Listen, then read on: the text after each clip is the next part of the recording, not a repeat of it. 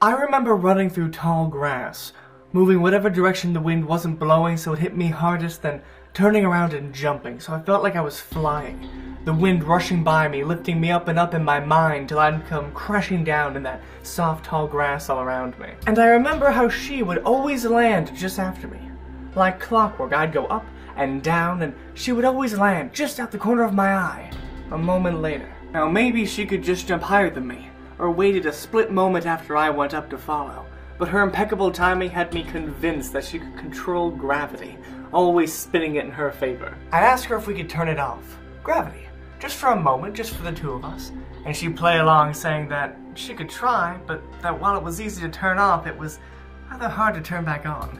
And I'd be forced to concede that life was in fact better with gravity than without. I remember how we would get ticks and bug bites all over, how brambles would get stuck in our hair and twigs would scratch at our arms and legs, how mud would ruin our shoes and water would soak our socks, and she could still get me to go into the forest with her again and again.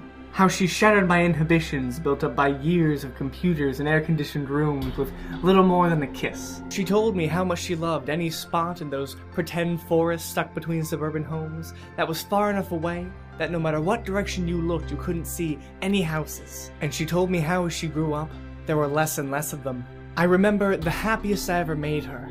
The one innate connection I had to her world of trees and nature. A mountain covered in a real forest, only dotted by a few cabins on the side, and one of which was my stepfather's.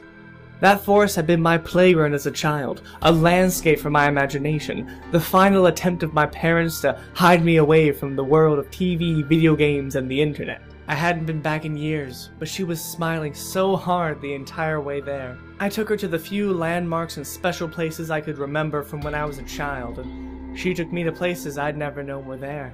Without her, though, I don't go into the woods the same way. She always meant more to me than the trees, that bugs and brambles do well to bar me from her world.